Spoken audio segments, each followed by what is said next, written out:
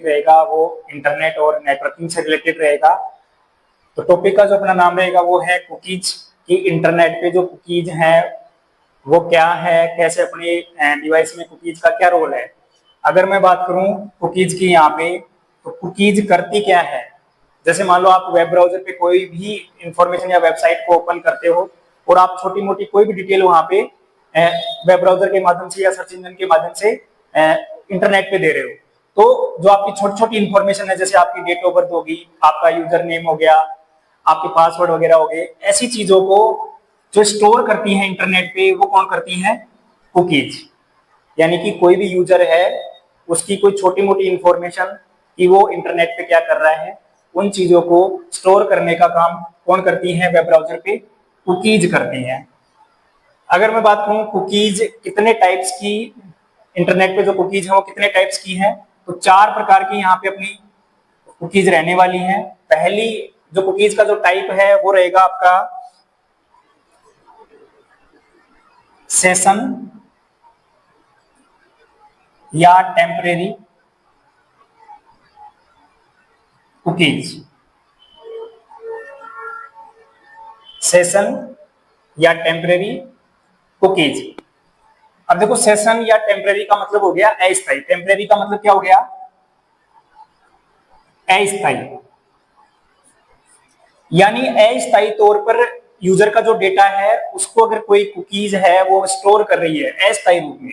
यानी आप web browser पे फिलहाल बैठे हो, वेब ब्राउजर पे आप कोई भी इंफॉर्मेशन सर्च कर रहे हो, आपने किसी वेबसाइट पे लॉगिन किया, लॉगिन करने के बाद में कुछ इंफॉर्मेशन आपने दी, तो वो इंफॉर्मेशन किसने सेव की, वहां पे कुकीज ने सेव की, कुकीज ने सेव की। उसके बाद में जैसे ही आप वेब ब्राउजर से बाहर आते हो काम करके, तो अगर ये टेम्परेरी कुकीज जो होती हैं, आपकी सेशन कुकीज जो होती हैं, वो जैसे ही आप वेब ब्राउजर से बाहर आते हो तो इसमें जितनी भी आपकी डिटेल सेव है वो क्या हो जाती है, वहां से डिलीट हो जाती है। तो ऐसी जो कुकीज होती हैं जो एक सेशन या अस्थायी रूप में डेटा को क्या करती हैं, सेव करती हैं, वो कौन सी कुकीज कहलाती हैं, आपकी सेशन या फिर टेम्परेरी कुकीज।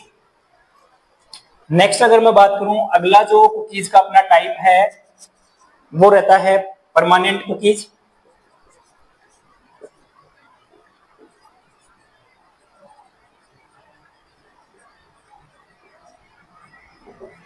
परमानेंट कुकीज यानी ऐसी कुकीज जो स्थायी रूप से यूजर का जो डेटा है उसको क्या रखती हैं, सेव रखती हैं।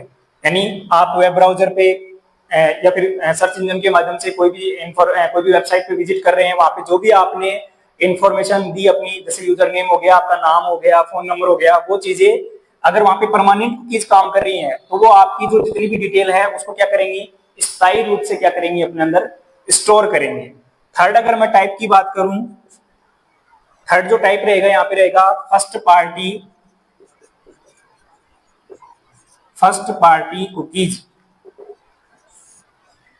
फर्स्ट पार्टी का मतलब यहां ये हो गया, जैसे मान लो आप किसी वेबसाइट पे गए,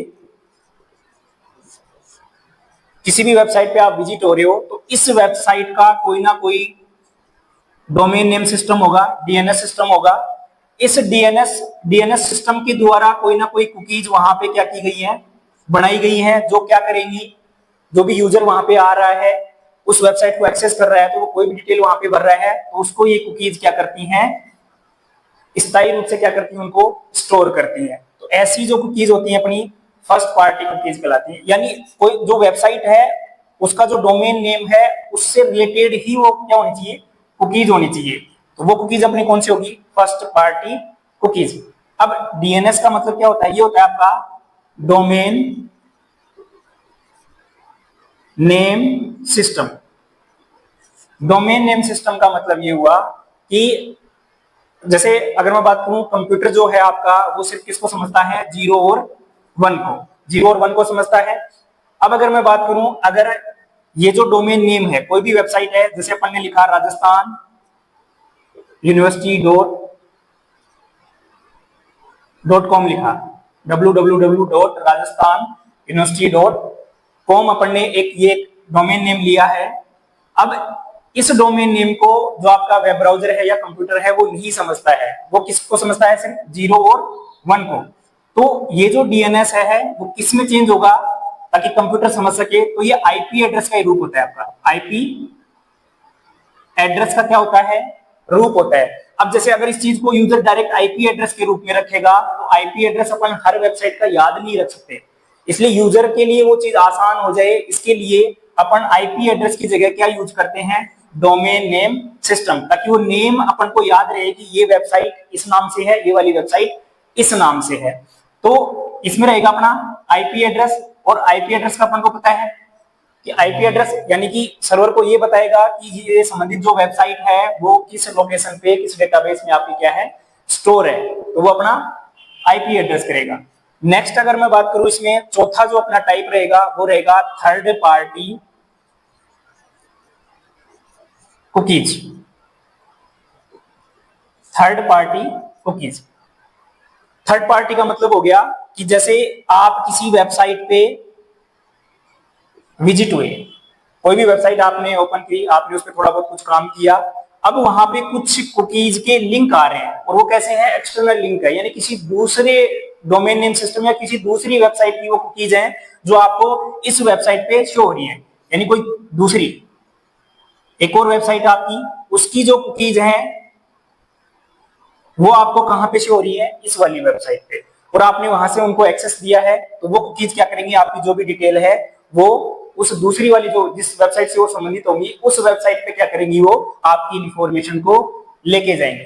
तो ये अपने कुकीज के टाइप हैं, जिसमें पहला था अपना सेशन, इसमें एक सेशन बनता है, यानी एक अस्थायी तौर पे आपका डेटा को क्या करती है, स्टोर करती है। जैसे ही आप वेब ब्राउजर से बाहर जाओगे तो इसमें जो भी डेटा रहता है वो सारा क्या हो जाता है, डिलीट हो जाता है। परमानेंट कुकीज में क्या रहता है, आपका डेटा स्थायी तौर पे क्या किया जाता है, सेव किया जाता है। और फर्स्ट पार्टी कुकीज में जो वेबसाइट है उसका जो डोमेन नेम सिस्टम हो गया, डीएनएस हो गया, उसकी तरफ से ही क्या रहती है, कुकीज रहती हैं जो आपके डेटा को क्या करती हैं, सेव करती हैं। और थर्ड पार्टी कुकीज में क्या है, जिस भी वेबसाइट पे जा रहे हो उस पे किसी दूसरी वेबसाइट की कुकीज आपके सामने आ रही हैं और उनके थ्रू फिर आपका डेटा उन कुकीज में क्या हो रहा है, स्टोर हो रहा है। ये था आज का अपना एक छोटा सा लेक्चर। धन्यवाद।